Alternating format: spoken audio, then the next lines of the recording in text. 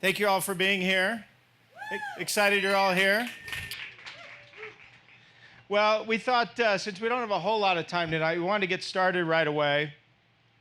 And although it's for you to question everything, I want to start off with a couple of questions for you. And they start off pretty big, but I really want to get a feeling for, it's interesting as I've asked these questions around the world, I'm surprised actually how many people answer yes and no to these questions. So we'll start off with some big ones. Pretty simple though. Do you believe everyone is gifted? Show of hands. Now, if you don't believe it, don't do wisdom of crowds. You don't have to raise your hand. So if you don't really believe everyone's gifted, that's okay. I found a lot of people don't. And what I've also found is that's because we don't have a clear definition of what that is. And same with purpose. So how many of you believe everyone has a purpose? Not everybody does. But again, we don't have the same definition necessarily on purpose. It's interesting, I didn't ask these questions as a young kid. You're going to have to guess which one's me, by the way, if you can. So I grew up in a family of 6 kids. And although I was baptized Catholic, I didn't grow up in the church. My parents divorced when I was a little kid. But I had lots of other questions. I was certainly a curious child. I just wasn't asking those questions. When I grew up, the belief system, really the number one kind of belief system I had is really education is the key. That was probably the strongest kind of belief I had. Just, you know, a good education equals a good job, right? How many of you kind of were taught that? And that's something that we really still talk about today. I mean, our leaders, you know, I don't care if it's from our government, our largest education institutions, from Pew Charitable Trust to United Way, everyone really talks about a good education equals a good job. That's really the foundation for the great American dream. And that's really the era I grew up in, was the great American dream. And that was really based on you get a good education as a good job. It means economic mobility. It means I can move around, I've got options. And that's really the belief system that for 200 years really, that is the foundation. That's why a lot of organizations are really pushing this for an economic mobility. And they said, once you do that, you have the American dream, you'll have happiness. How many of you believe that? Well, I believed that for many, many years, most of my life, until about 15 years ago.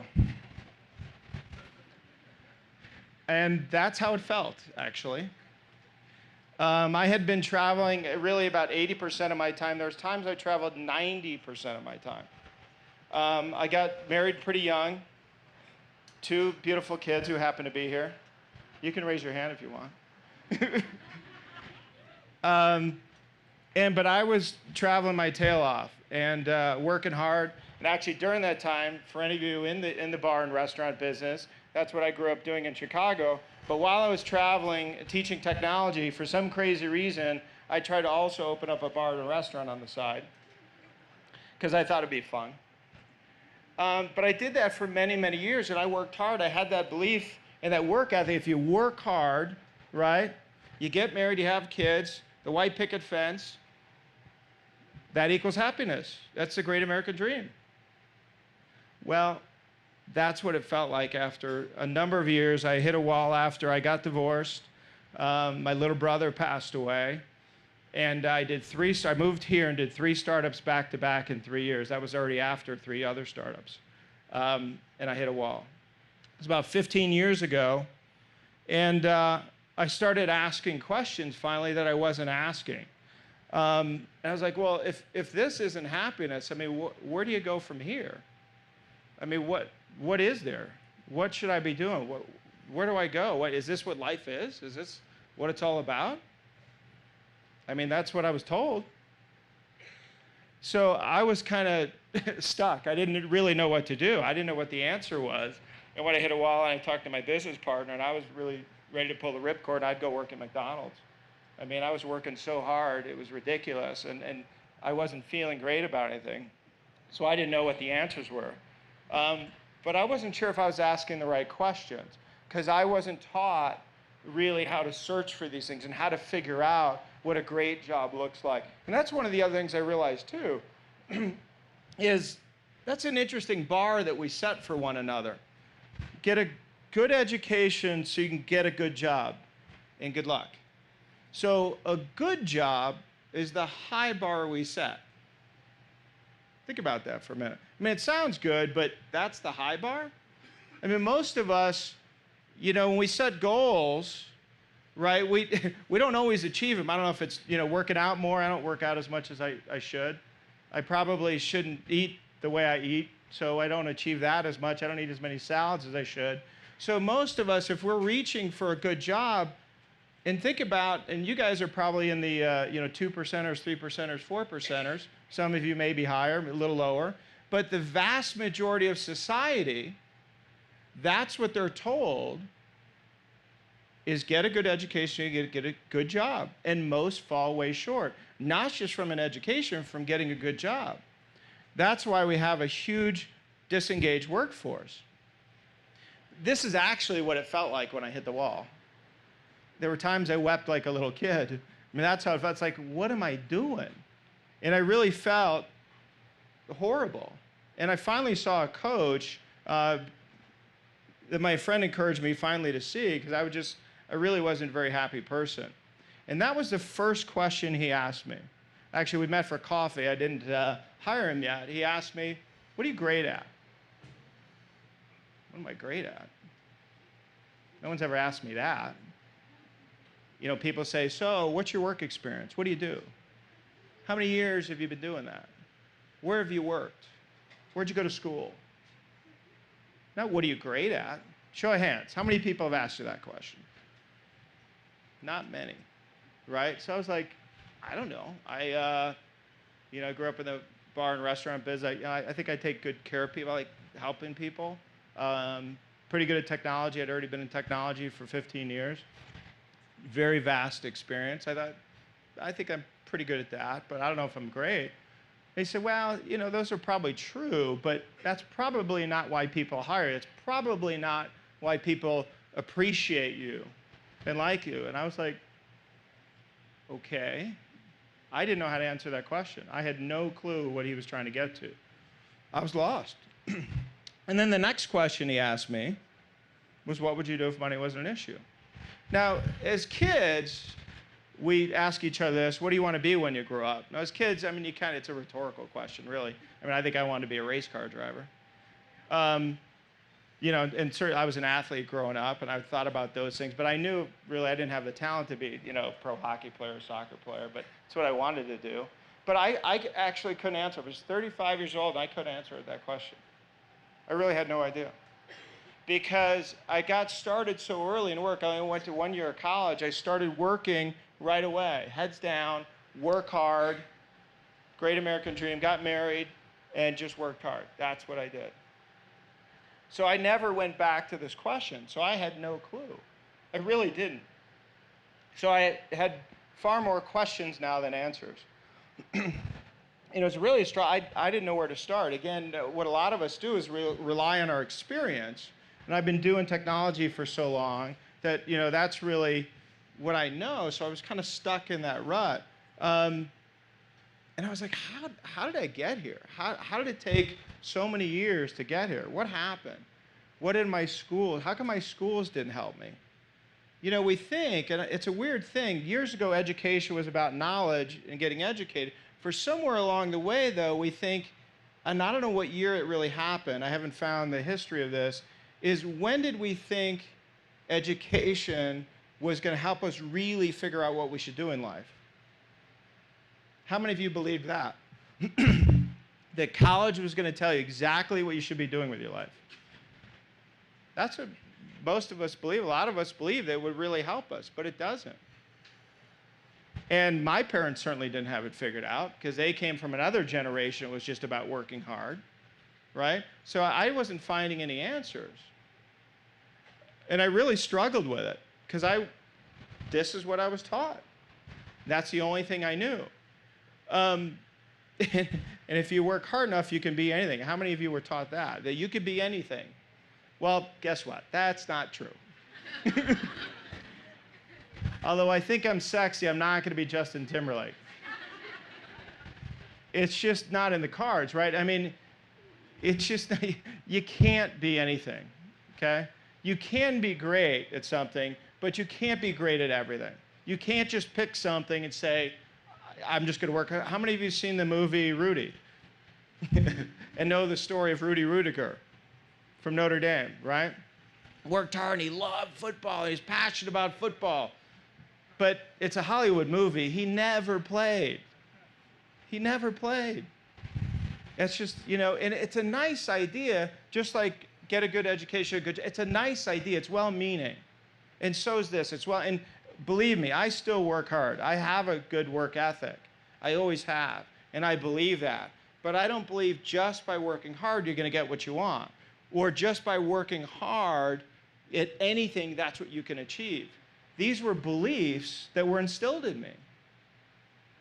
And unfortunately, that's when I hit that wall. I realized, and that's when I finally started to question these things. I'm like, well, these are nice adages. These are nice beliefs, but they're flawed. And we're still telling people this. And I'm trying to wake people up because it's just not true. Am I the only one struggling with that? As I was asking, it was interesting. When I hit that wall, it was interesting because none of my friends were talking about this. Everyone was heads down and just working. And where I grew up, most of my friends, I thought, had it all figured out. Early in high school, they knew exactly where they were going to go to college. They knew where they were going to go to medical school, law school, you name it. Their family had it all charted out. And they knew exactly where they were going. And the friends I was working with, although I only went to 1 year of college, my business partners and things like that all had college degrees, and they seemed like they had it all figured out. Well, they didn't. They just weren't talking about it. You know, especially as males, our egos are so huge that we don't talk about it. It's only the last 20 years or so that we started talking about our problems. Now, being supposed to be the breadwinner, that's the last thing we're going to talk about, right? Is, well, I'm kind of struggling with my job. I don't know what I should do with life. You think a guy's going to talk about that? Really? No. So I realized, even though my friends weren't talking about it, this was a much bigger problem than I realized, a much bigger problem. And today, we know these studies, but this was 15 years ago when I hit this wall. But today, these are some of the reports. These are some of the stats. Now, they only talk about an unengaged workforce. An unengaged work, that's an interesting word. And how they're even measuring engagement, to me, is quite a joke. But again, is that the bar we're setting? And just so you know, in corporate America, that is the high bar. Right now, it's been that way for about the last 10 years, is we're measuring engagement. And that's the high bar. Really? An engaged workforce. Okay. So I started to finally try and dig deeper. What's really going on here? Why does this, how did we get here? And are we asking the right questions? Is this really how we're going to solve problems in the world by an unengaged workforce? And then I started reading books about passion, and everyone's talking about passion being the answer. How many of you believe passion's the answer? Well, all you have to do is watch those kids on American Idol. And it's just like people that work hard. It's not enough. It's a nice idea, but it's not enough. And don't get me wrong, you should absolutely love what you do. No question about it. I love what I do every single day. And by the way, for what I do, I don't believe in a work-life balance. Because I'm doing what I was born to do. It's part of my life. It's part of who I am. I would talk about this stuff, whether it was Saturday morning, midnight, tonight. This is who I am. This is what I do. So I don't believe in that work-life balance. So I do love what I do because I'm living my purpose every day. But to search for a career, to use it basically as your search engine, what am I passionate about? I think that's a huge mistake. Again, I grew up playing sports, and I love sports, but I wasn't that talented at it. And again, look at American Idol. But I think a lot of people are still struggling, trying to figure out what they should do because they search for passion. And that's not the answer. So I started to kind of go back to these beliefs that I had that were instilled in me about working hard, things like that, passion. And I started to think that that's really what the problem is, and that we're really not asking the right questions. So I left my company. How many of you know AmazingMail.com, one of the startups I did many years ago? And I left that company. It was funny that the coffee I had with that coach, he knew my team members because we had done another startup together. And he said, Tom, you need to leave right away. It's going to kill you. Literally, this job is going to kill you. So he knew my business partners. He said, you got to get out. So I literally, after meeting him, it was like a week or two later, I left the company and started a new search. It really took some time off. Couldn't take a lot of time off, but I did take some time off, but then landed another job. He said, all right, take that other job, but we're going to spend some time figuring this out. And for the next year, I spent a lot of time working with him on what I should do. And he asked me a ton of questions. But as I went through that, I started to think about some of the beliefs I had and some of these other ideas. Again, I grew up playing hockey and soccer at a very young age. Again, guess which one is me? I'm the tall one in the back. But I started to think about that, and I knew at a young age that although I was talented, that really I wasn't as good as some of the other players. Actually, I was one of the best on my team, but as you start to travel and meet other kids, you can see when somebody really shined. You can see when somebody could just sing naturally, other things. So I started to think about talent in a different way. That it's interesting how we look at talent, and we think talent matters in sports, but for nothing else. And I realized, and I grew up in a really nice area, and I was exposed to some amazing teams and coaches and opportunities, and I realized we do an amazing job helping some find talent. And we actually look for talent at a very young age in kids, and they actually have talent identification systems in sports around the world, where they really look for certain attributes, but not just for a sport, they look for certain attributes for certain positions. And they do that actually in the arts as well, for dance, for music. You know, am I a better violin player than a piano player, right? And they look for that, and then they groom these kids. They get mentoring and coaches. I mean, how many parents do we have that take their kids all over the city or all over the country and following in their sports teams and other things and grooming them in hopes that they can do something great with that? So we put talent in this incredible pedestal, and the time and money we put searching for talent and grooming talent in athletics and arts is amazing. But what do we do for everybody else? We say, well, you know, for you, you know, you need to get a good education so you can get a good job. That's what we do. Think about that. Why doesn't talent matter for the rest of us? I can't sing. I could dance a little bit, but I can't sing. Definitely can't sing. Can't draw. So I don't have artistic talents, but I definitely have talents. But no one really pointed that out to me, that my talents matter unless I'm on the field. And that's what our education system does. And that's what our parents does, and that's what society does, is they say, well, you know, get a good education, you'll figure it out, don't worry about it, we'll help you. And that's really a society we have. But what I realized, because of that, and we don't look at talent, we have far too many people in the wrong role. As I started to think about this, I started to think about this from a position standpoint. Just like athletics, or just like, you know, a band member, you know, am I the backup singer? Am I a bass player? Am I a guitar player? Am I the singer? It's a position that matters based on your talent. We all know what a great leader looks like, and thankfully I found one in Dave, because that's not my talent. But I realized years ago when I started this journey that talent does matter, and that's what my coach helped me figure out, that talent does matter, but we weren't asking those questions. So I started to really think about that. And I realized there's very few people in the world killing it. I mean, really in their sweet spot. Really killing it. I don't know how many people you know, and I don't mean financially successful. I mean, in their given industry, really the standouts. Oh man, this dentist I know, he's phenomenal. I mean, how many people say that, really?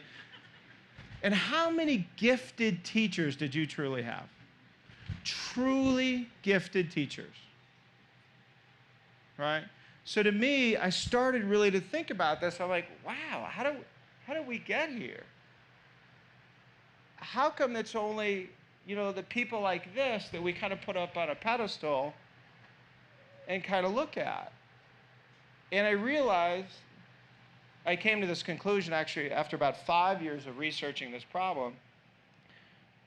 And I realized about 95% of the world, actually since then, so this was about 10 years ago, I came to this conclusion. And I've actually been testing this theory every day since.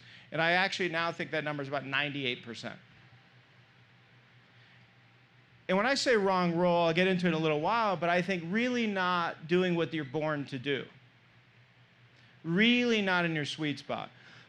Now, that number doesn't mean everyone's way off. Some people are just a little off.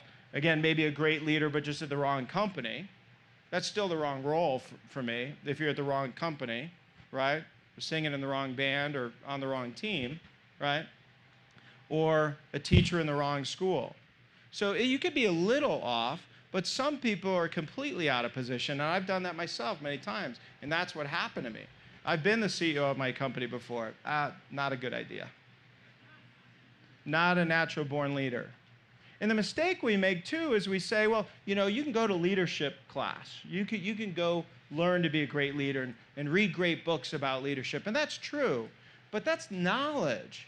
We made this mistake that knowledge is going to replace talent, what somebody naturally has.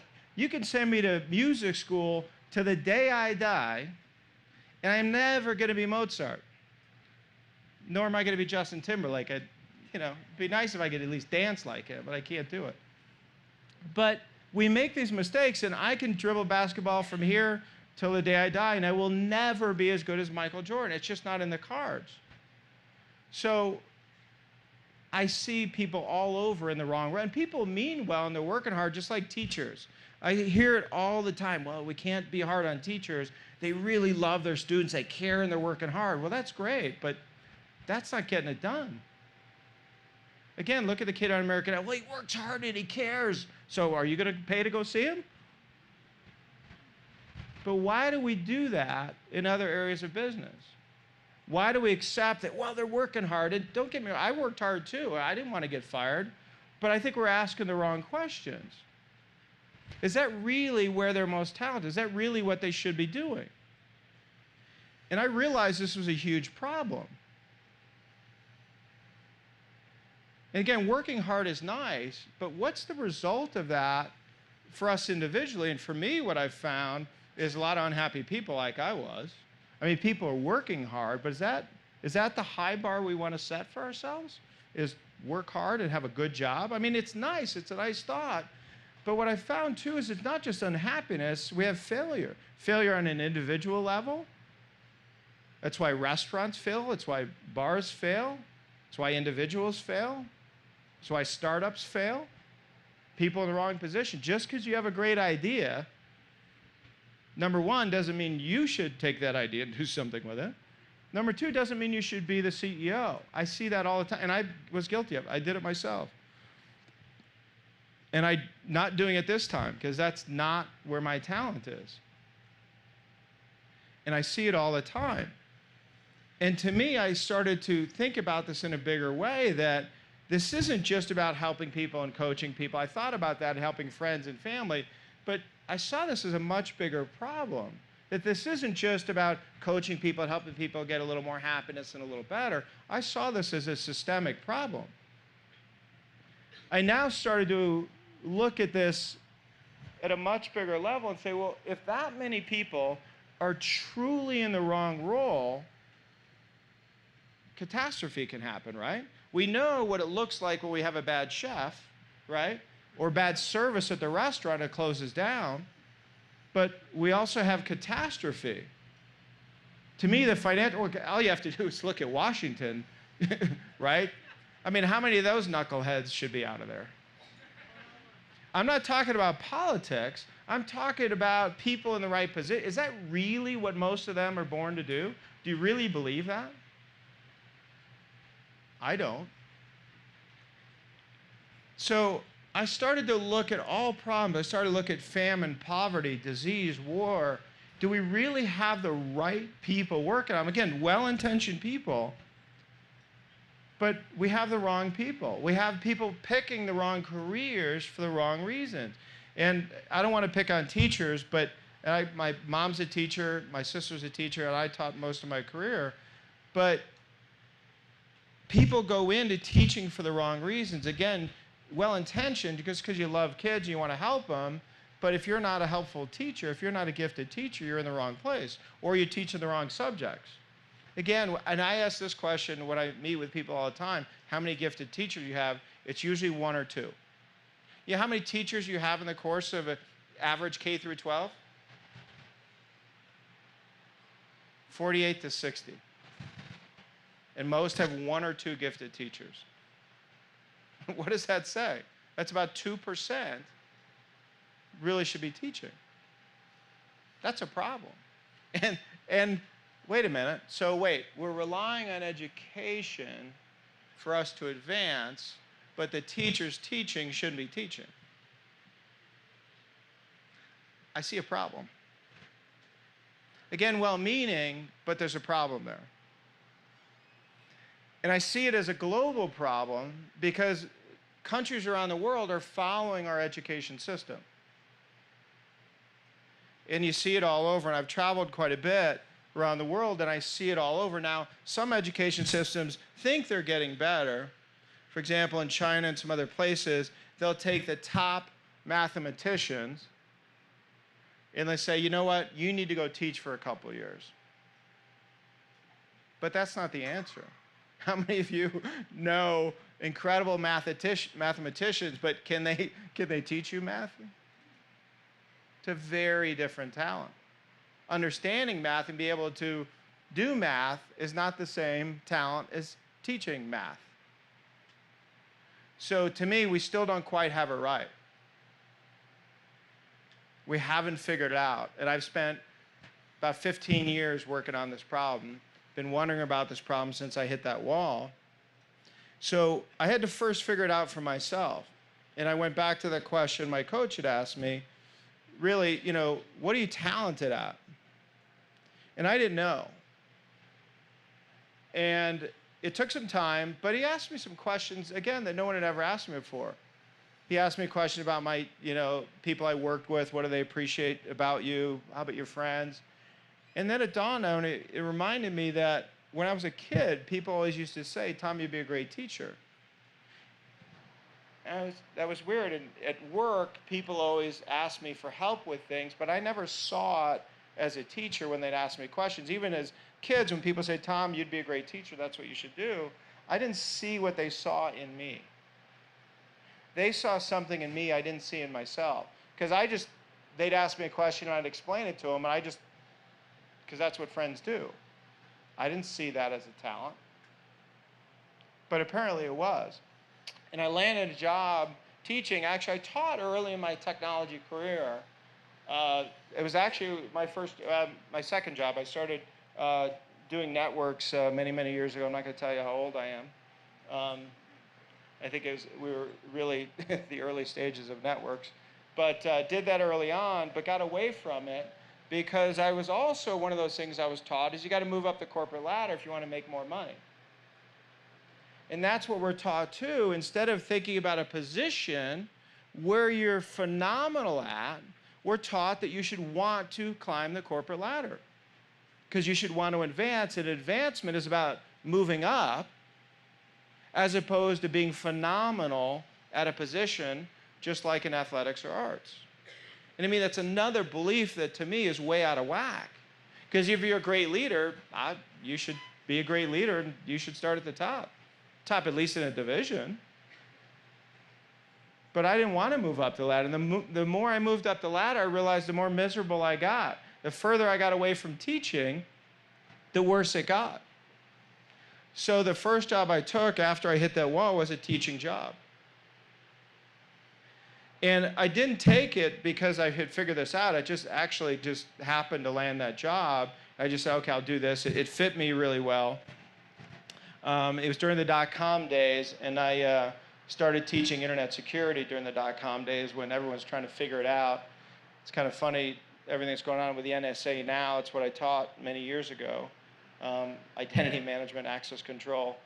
He wouldn't have access if I taught them that back then. But what I also figured out was why I was good at that. Why I was great at that was not just because of my talent, it's because of my strengths. When I was teaching internet security, I was teaching theory. I was teaching high-level stuff, futuristic thinking, big picture thinking in companies. I was teaching government and the military back then. And I was helping them think about how they need to secure their environments from a very holistic standpoint. Back then, all data was siloed, and you had to have a single password for 50 systems within your own company. And it was a huge mess.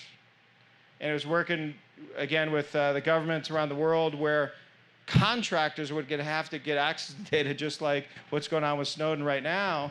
But when that contract was done, they still have access. So we'd have to teach them to do big picture thinking, futuristic thinking. And that's why I realized I was really good at it. And I had empathy and other things, and I was really optimistic, and I helped them. So I started to realize why I was really good at this job. And I started to really excel in this job, and I was in it for about 5 years. And what happened, it was amazing. It was the best job I ever had. I had made more money in this job than ever before, and I was only working about 20 hours a week. Now, I had to fly around the world, but I'd fly around the world, do a 2-hour chalk talk, and then go sit on the beach. Go fly somewhere else, do a 2-hour chalk talk, and then go climb a mountain or go ride a mountain bike. It was cake because it was just, I was born to do that job. One of the things I figured out and why I wouldn't be a great teacher in a classroom is I also looked at, how many of you have done like Myers-Briggs or DISC, these other things? Personality type, now Myers-Briggs and DISC are different. One looks at workplace behaviors, the other looks at personality in general. But as I started to look at that and look at what motivated me, I figured out what an ideal environment looked for me based on my psyche. And what I realized is that traveling around was ideal for me because I loved that diversity. I needed that diversity of place and people. I needed a varying schedule. For me to go into a same classroom every day, I'd die. I'd stifle. I had to teach in a K through 12, even though I may be a talented teacher. I didn't realize you guys couldn't see that, by the way. But I wouldn't last in the classroom. And that's why I talk about people in the wrong role isn't just based on talent. So just because I'm a great teacher doesn't mean I can teach everywhere. I realize that my strengths matter. And an analogy I use all the time is Michael Jordan. And when I look at talent, I use that example a lot where was he, for those of you who know him, was he a better basketball player or baseball player? I mean, it's not even close, right? But he loved baseball, but he wasn't as talented. But you have to look at his strengths to realize why that is. What was his nickname? Air Jordan. Don't really need that strength on the baseball field, do you? Right? And that was one of his greatest strengths, the ability to elevate himself and maintain air.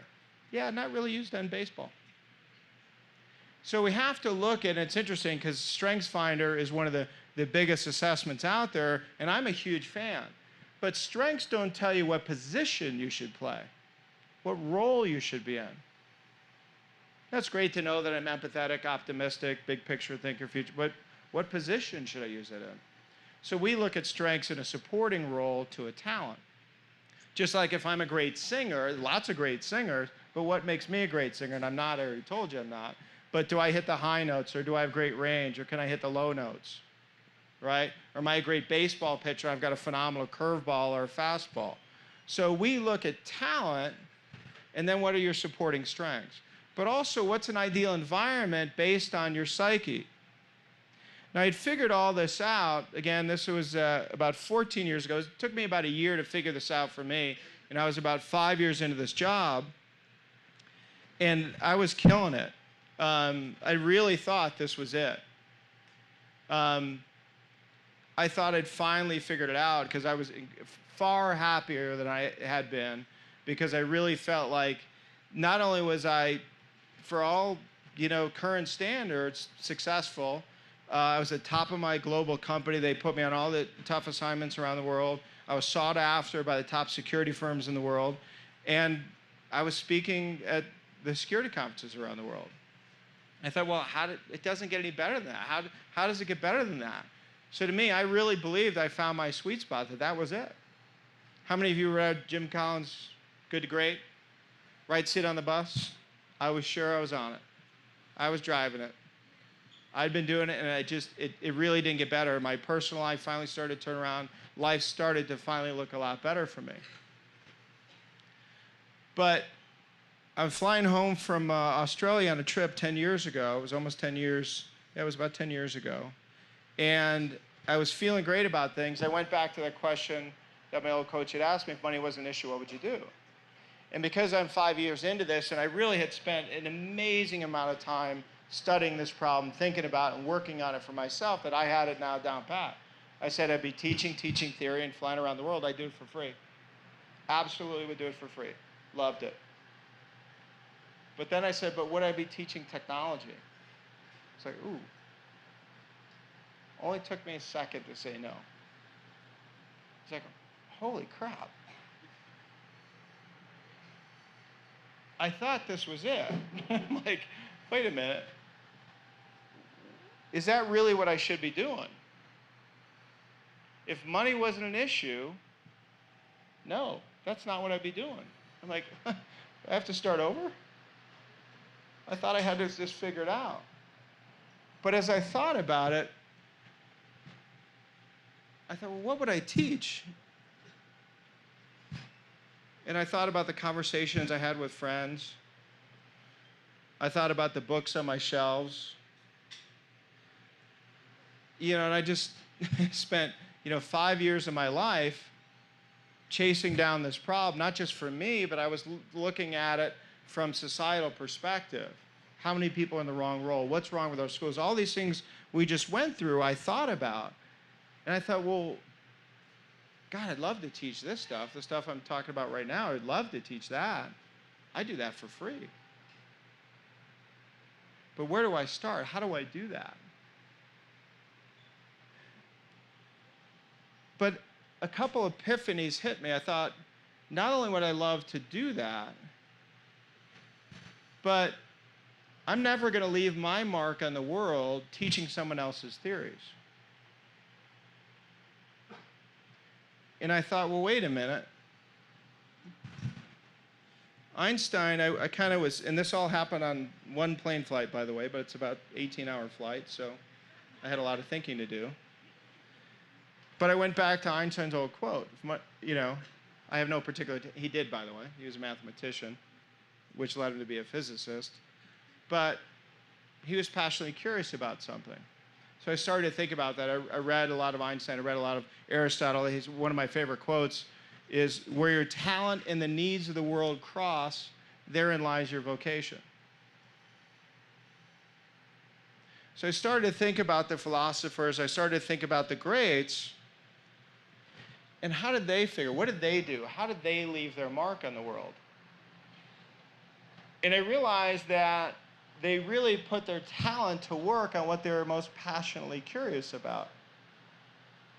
Now, it's funny when I talk to a lot of people about Einstein, and if there's a mathematician in the room, they say, well, he wasn't a very good mathematician. Well, he's certainly a lot better than me. And the question is he the best mathematician in the world? That's not the point. I'm not the best teacher in the world. That's not the point. The point is, what did he put his math to work on? He could have built bridges, roads, buildings, water bottles. We need math for all kinds of things. But he put it to work on what he was passionately curious about. He actually shared his discoveries through his math. So I started to think about that differently, and I started to think about really all the greats, everyone that leaves their mark on the world, does it through discovery. They have a different perspective on things, and they think about it, they wonder about it, and they bring something about in a different way, and they share that through their talent. And you look at any of the greats, and if you really start to look at them this way, you really start to look at them differently. Martin Luther King clearly thought about inequality. Now, he could have done lots of things with that. He could have started riots, right? He could have written books. He could have done a lot of things. But what did he do with it? He was clearly a gifted speaker, yeah? But what if he wasn't? We wouldn't know who he was.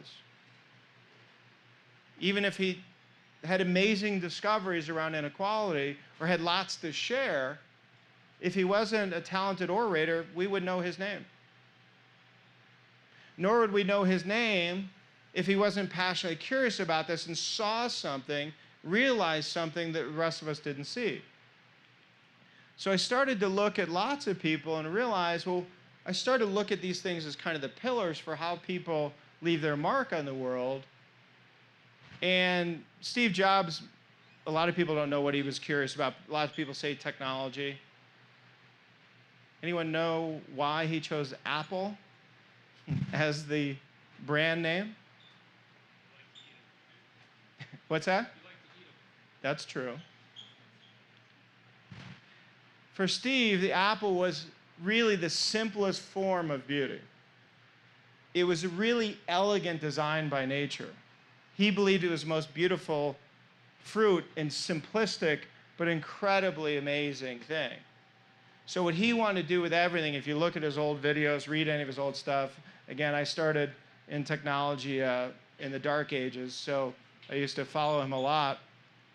But for him, everything is about elegant design. He didn't invent the MP3 player, nor the tablet, or any of these things. He just made them more beautiful. What do you think his talent was? Leader?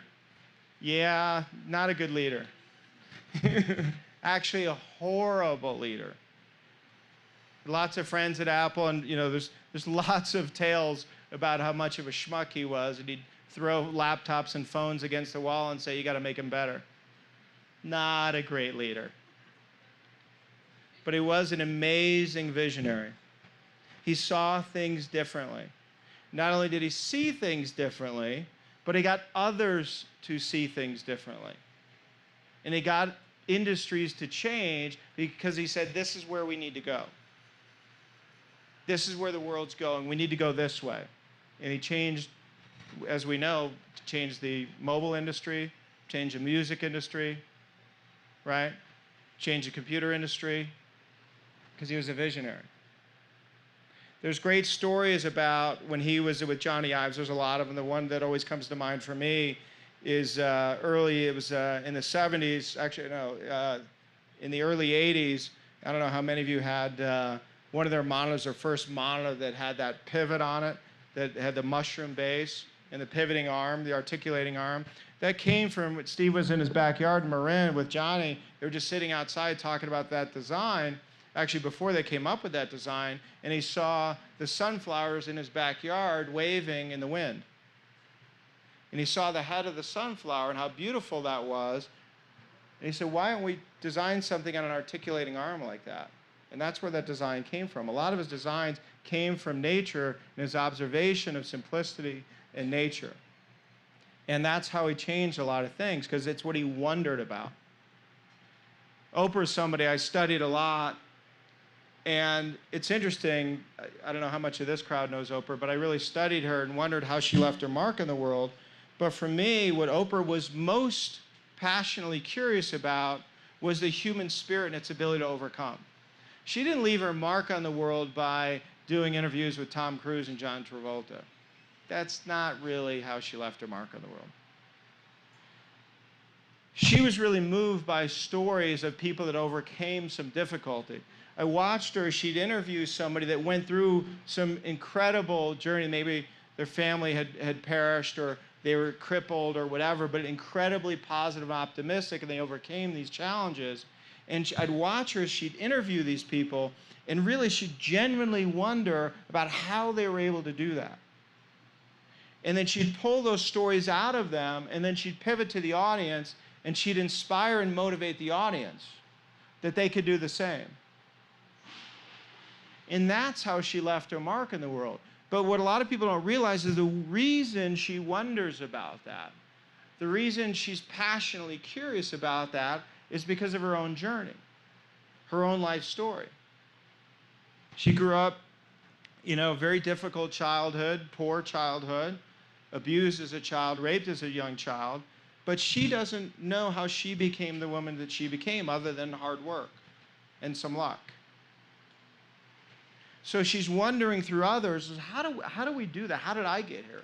How do we as human beings overcome these challenges? She's still chasing that, and she's still wondering about it. What's interesting, and that's why I talk about role all the time, is now she's running her own network. I don't think as a young child she wondered about cable programming. What should we put in the 10 a.m. time slot? I don't think that's really what's inside her. Nor is her talent really being a leader of an organization. Now, could she? That's not the question. Of course she could. She's smart, she's capable. I mean, I could too. The question is, to what degree of success? So it's not, can I do it? Can she do it? It's how successful will her network be if she continues to be the CEO? If she continues to do that? Is that really where she's going to continue to have her greatest impact on the world? I don't think so.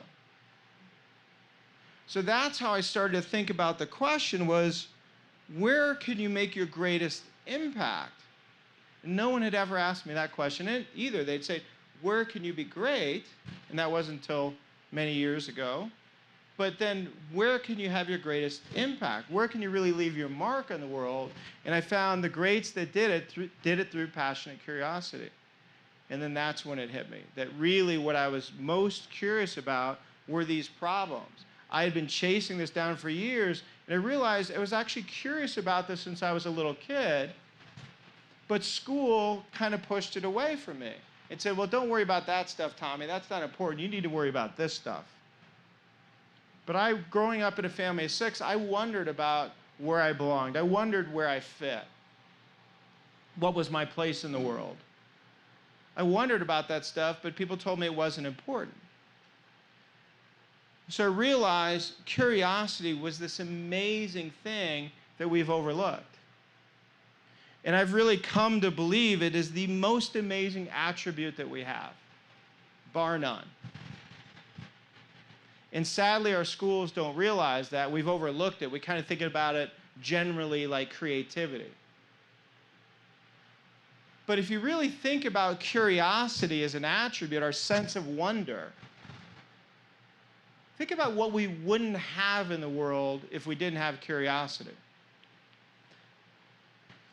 Curiosity, first and foremost, is the desire to learn. Think about if we didn't have a desire to learn anything. If we were indifferent to everything, we would have perished many years ago. Wouldn't have figured out fire, wouldn't have figured out the wheel, nothing. Because we didn't care. We didn't want to learn. Didn't even want to know your name. Didn't care. I'm just going to be over here. Think about that. Curiosity is the impetus to go, hey, what's that? Whatever it is. It's, it's anything. What's your name? Where are you from? But it's the desire to learn. Everything that we have in this world stems from somebody being curious about it. Everything we have. It's really the spark that ignites all creativity and imagination. Without curiosity, we have zero creativity and imagination. Because that comes after we say, oh, what's that? I wonder if instead of doing it that way, we could do it this way. It's because you wonder about, then you get creative and you imagine what it would be like if it was different. We wonder what it would be like if I had a different job. I wonder what it would be like if I had a different girlfriend. Probably not happy about that, but But imagination and creativity of everything, including the wheel, including hunting implements from many, many years ago. We wouldn't have advanced anything. Anything. It's really where all solutions come from. Anything we have, even a bottle of water, right? Somebody had to wonder, I wonder if we could sell a bottle of water for $2. Right? Somebody thought about that. And they had to think about, well, how are we going to ship it? Are they going to pay? Do we sell it by a bottle? Do we sell it in a case? How do we do that? Right? All products and services, everything comes from that. All discovery starts with being curious. But what I also realized is we're not all curious about the same things, right? Which is actually one of the coolest things about it. Growing up in a family of 5 boys, 2 of my brothers love cars. Not my thing. Don't really care. Just put gas in it and drive it. Right? But they just love cars. They've always had car magazines. They've always been interested in cars. And I mean, whenever one of my brothers sees a new car, it's like, God, did you see the new car? It's like, nah, I didn't really see it. Right? But people are curious about all kinds of things, from lighting to technology to some people are like just amazed by chairs, like, oh my God, that is really cool. But that's a cool thing, because those are the people that are going to make the next one even cooler. But someone's got to be curious about it. And thankfully somebody is. Somebody's curious about all kinds of things. We wouldn't have any advancements without it. But I also realized as I was on this journey that it was because of my own curiosity and sense of wonder that I figured things out, not only for myself, but life and bigger picture. But I realized that it was this curiosity I'd had from a young age, and even though my school pushed it out of me, once I kind of hit that wall and started to think again and wonder again, I started to think about these problems. But again, I thought about individuality and uniqueness at a young age. And what I didn't realize is I daydreamed really about it a lot, but because I had work and other things, I'd kind of forget about it. But I realized that whether you're daydreaming, whether you just get out of the shower, you're brushing your teeth, driving to work, there's all this imagination and creativity going on that we're really not tapping into. And I think about how when I talk about people in the wrong role, how many people have ideas, but their jobs aren't aligned with those ideas. I think about somebody sitting on the beach watching the waves roll in. He's sitting with his family on vacation and just sitting there maybe with a beer in his hand and just kicking back, watching his kids and watching the waves pass over the kids and knock them down, and think about how powerful that is. How powerful the waves are, and think about the huge ocean and amazing power in the ocean and going on every day around the world, and then the tides, and then how they wash up and pull people out, and that amazing power around the world we have. And think about, God, if we could harness that energy, maybe we could power cities around the world. And then he goes back to work on Monday, working for his dad's insurance company. And that idea goes away. That happens every day around the world, millions and millions and millions of times. When people have ideas, they're curious, they wonder about things, but they're not aligned with what they're passionately curious about. And I believe those are where the answers to the world come from. Not just leaving your mark, not just through creativity, not just Shakespeare wondered about tragedy and comedy. Picasso wondered about faces and noses. You think about all the greats that left their mark, they were passionately curious. But I think that's where all discovery comes from, and that's what's going to help us with the poverty problem. In education, we need people that are naturally curious about that. I think about people working on the poverty problem all the time, and I think we've got the wrong people working on it, just like in schools, although well-meaning. Are they the right people? And just because you're a great leader doesn't mean that's the problem you should be working on. The person that you want working on the problem is when they were a little kid, they were walking down the street with mom and they saw somebody sleeping under a cardboard box. Said, Mom, how come they're sleeping on the street? And how come we have soup kitchens? How come we don't have to go? How come Tommy wears the same clothes to school every day? That's the kind of person that's wondering about it all the time that you want working on the problem. Not somebody that's working on it because it's a job. Because if I'm that guy working on the poverty problem, but I'm also the guy that works on cars on the weekend because I love cars, there's a misalignment of really where I can do my best work. And that goes on every day, that people are really passionately curious about one thing, and they're going to work for something completely different.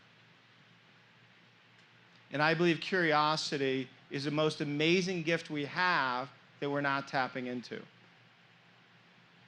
And for me, what I realized for me was this curiosity that I had around this subject, that's where my purpose was, and that's what I needed to do. And that's where I finally put everything together, was how I could really leave my mark on the world, was teaching this finally. And this is what I finally decided to teach, and that's what I needed to do, was to teach this, that my life needed to be set up, that this is what I needed to teach. I started to look at career differently, that this is what I needed to teach people about, and this is how I was going to spend my life. It wasn't about the job or the company I was at. It was just about what I was going to teach. And that this is what I'll teach until the day I die. For me, Ignite is just part of my journey. When people ask me what I do, I don't say I'm the founder of Ignite, I'm the chief Ignite. I don't say that. They say, what do you do? I say, I teach. Oh, really? What do you teach? I teach people how to find and fulfill their purpose. That's what I do. Thanks for your time, everybody.